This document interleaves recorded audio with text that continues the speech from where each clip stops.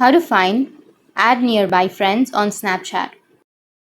So if you want to find and add nearby friends on Snapchat, then first you need to open up your Snapchat application. Once you open, go with the upper left, which has that profile option.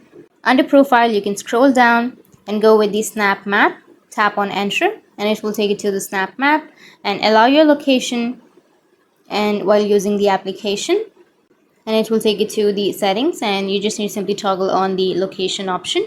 Once you toggle it on, go back and open up your snap map, and once you open it up, now here you will have the snap map, right?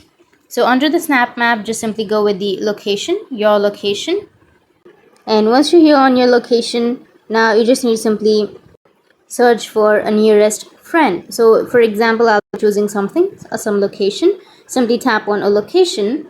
So once you tap on some location, then it will take you to this kind of interface where you just need to simply go with the profile of that person, which is on the bottom left, and you'll be able to add that person. So in this way, you'll be able to find the nearby friends on Snapchat. And if you have any questions, feel free to comment below. Thanks for watching.